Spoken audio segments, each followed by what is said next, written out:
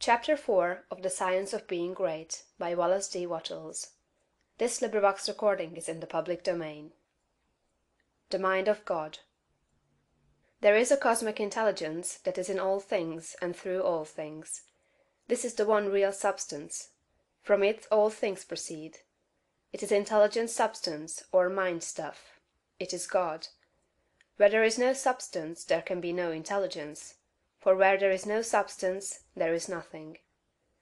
Where there is thought, there must be a substance which thinks. Thought cannot be a function, for function is motion, and it is unconceivable that mere motion should think. Thought cannot be vibration, for vibration is motion, and that motion should be intelligent is not thinkable. Motion is nothing but the moving of substance. If there be intelligence shown, it must be in the substance and not in the motion. Thought cannot be the result of motions in the brain. If thought is in the brain, it must be in the brain's substance, and not in the motions which brain substance makes.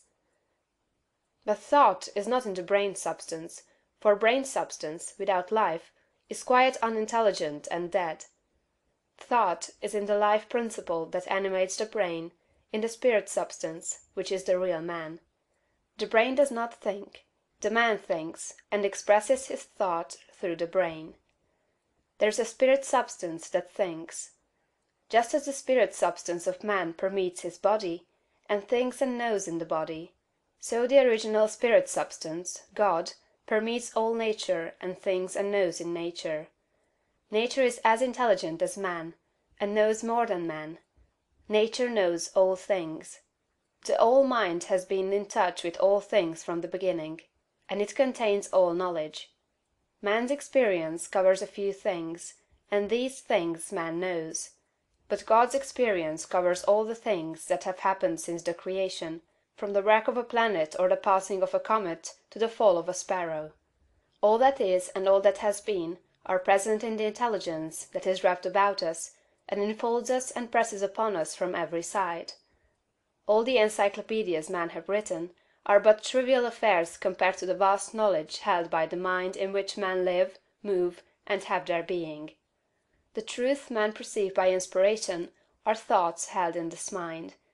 If they were not thoughts, man could not perceive them, for they would have no existence, and they could not exist as thoughts unless there is a mind for them to exist in, and the mind can be nothing else than a substance which thinks. Man is thinking substance, a portion of the cosmic substance. But man is limited, while the cosmic intelligence from which he sprang, which Jesus calls the Father, is unlimited. All intelligence, power, and force comes from the Father. Jesus recognized this, and stated it very plainly. Over and over again, he ascribed all his wisdom and power to his unity with the Father, and to his perceiving the thoughts of God. My Father and I are one. This was the foundation of his knowledge and power. He showed the people the necessity of becoming spiritually awakened, of hearing his voice and becoming like him. He compared the unthinking man who is the prey and sport of circumstances to the dead man in a tomb, and besought him to hear and come forth. God is spirit, he said. Be born again, become spiritually awake, and you may see his kingdom. Hear my voice, see what I am and what I do, and come forth and live. The words I speak are spirit and life. Accept them, and they will cause a well of water to spring up within you. Then you will have life within yourself. I do what I see the Father do, he said, meaning that he read the thoughts of God. The Father shows all things to the Son.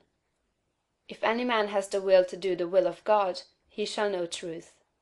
My teaching is not my own, but his that sent me. You shall know the truth, and the truth shall make you free. The Spirit shall guide you into all truth. We are immersed in mind, and that mind contains all knowledge and all truth. It is seeking to give us this knowledge, for our Father delights to give good gifts to his children.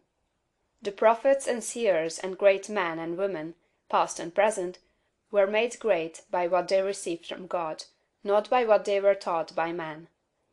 This limitless reservoir of wisdom and power is open to you.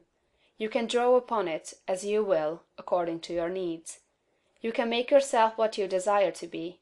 You can do what you wish to do. You can have what you want. To accomplish this, you must learn to become one with the Father, so that you may perceive truth. So that you may have wisdom, and know the right ends to seek and the right means to use to attain those ends, and so that you may secure power and ability to use the means. In closing this chapter, resolve that you will now lay aside all else, and concentrate upon the attainment of conscious unity with God. Oh, when I am safe in my sylvan home, I tread on the pride of Greece and Rome, and when I am stretched beneath the pines, where the evening star so wholly shines, I laugh at the lore and pride of man, at the sophist schools and the learned clan, for what are they in all their high conceit, when man in the bush with God may meet? End of chapter 4.